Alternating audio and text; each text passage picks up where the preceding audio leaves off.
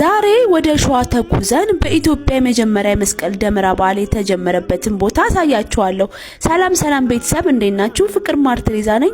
ይሄ ቪዲዮ ሲደርሳችሁ ላይክ፣ ሼር፣ ኮፒ ሊንክ፣ ሪፖስት፣ ፎሎ በማድረግ ተቀላቀሉ። ሀገራችን ሸዋ እናስተዋውቃለሁ። አመሰግናለሁ።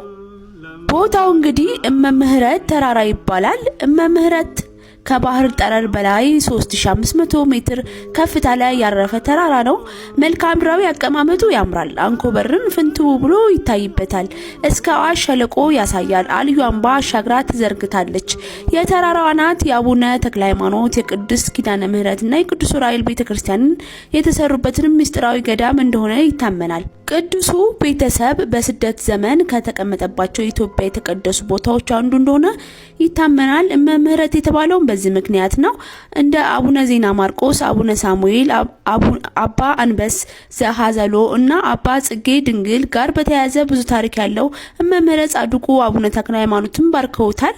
የቦታው ታሪክ በአቡነ ተክለ ሃይማኖት በተሰራው የኪዳነ ምህረት ቤተክርስቲያን ቀድሰውበታል። እመምህረት ከመስቀል በዓል ጋር የተቆራኘ ታሪካዊ ቦታ ነው። በኢትዮጵያ የመጀመሪያው መስቀል ደመራ በዓልም የተጀመረ እንደሆነ ይነገራል። በ1460 የተጀመረው ደመራ ዛሬም ድረስ በተራራው አናት ላይ ይበራል። በአፄ ዘርዓ ያዕቆብ ዘመነ ግማደ መስቀሉ ያረፈበት ተራራ ከመሆኑ ጋር ተያይዞ የደመራው በዓል ታሪኩን ይጀምራል። እንግዲህ የቀደመችው ቤተክርስቲያን ህንጻ በቃጠሎ የወደመው በኢጣሊ ጦርነት ሲሆን ፋሽስቱ አርበኞቹ ይመሽጉበታል በሚል አቃጥሎታል። እንግዲህ ስለ እመምህረት ተራራ ጥቂት ብዬላችኋለሁ። እናንተ የምታውቁትን በኮሜንት ላይ አሳውቁኝ። አመሰግናለሁ። ላይክ፣ ሼር፣ ኮፒ ሊንክ፣ ሪፖስት፣ ፎሎ በማድረግ ተቀላቀሉ።